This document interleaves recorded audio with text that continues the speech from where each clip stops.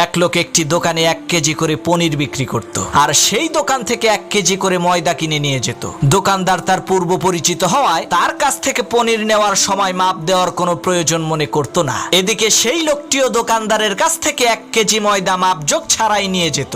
একদিন সেই দোকানে একজন নতুন কর্মচারী নিয়োগ হলো। সেই লোকটি যখন তার পনির বিক্রি করতে আসলো, তখন সেই কর্মচারী পনিরটাকে ওজন করে দেখলো 1 কেজির থেকে 100 গ্রাম কম আছে। তখন সেই কর্মচারী তার দোকান মালিককে বিষয়টি জানালো। দোকানদার প্রচন্ড রেগে গিয়ে বাজারের মধ্যে বিচার ডেকে নালিশ করলো যে ওই লোকটি তাকে ঠকিয়েছে, প্রতিদিন তাকে 100 গ্রাম করে পনির কম দিয়েছে। তখন বিচারক সেই লোকটির কাছে চুরির কারণ জিজ্ঞেস করলো। তখন সেই লোকটি বলল, হুজুর, আমি খুবই গরিব একজন মানুষ, আমার বাড়িতে কোনো দাড়ি ভাল্লা নাই, তাই এই দোকান থেকে প্রতিদিন যেই 1 কেজি ময়দা নিয়ে যাই, সেই ময়দা দিয়ে পরিমাপ করে ময়দার সমপরিমাণ পনির বিক্রির জন্য নিয়ে আসি।